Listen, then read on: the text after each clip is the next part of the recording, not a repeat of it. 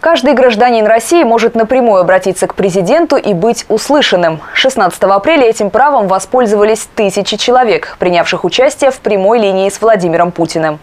Диалог власти и народа распространился и на регионы. В общественных приемных в этот день вели работу полномочные представители главы государства. С жителями Курской области встретился Мурат Зязиков. В общественную приемную президента Юрия Спицына делегировали жители Льгова. Несколько десятков молодых родителей, обеспокоенные тем, что строительство местного детского сада ведется уже больше года, а в последние месяцы и вовсе замерло. Он должен был сдаваться 31 декабрем, но время затягивают. Хочу обратиться к Владимиру Владимировичу, чтобы он помог в окончании стройки, и чтобы 140 детей, я думаю, чтобы хотя бы в июле месяце зашли в детский садик, и мы в городе Льгове решим эту проблему. У нас не будет никого в очереди.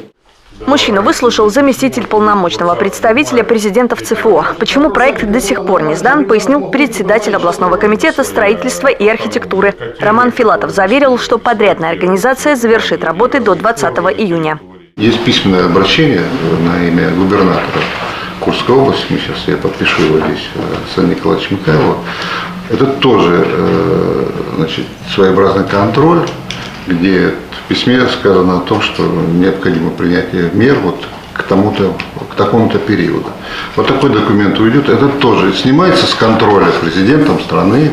О содействии в строительстве дороги, замене лифта в доме, где проживает инвалид, о переселении из аварийного жилья просили другие посетители. После этой встречи Мурат Зязиков отправился в Курский госпиталь для ветеранов войн. С 2000 года в нем прошли лечение и реабилитацию 58,5 тысяч пациентов. Здесь помогают справиться с последствиями боевых травм, инсультов, сердечно-сосудистыми заболеваниями.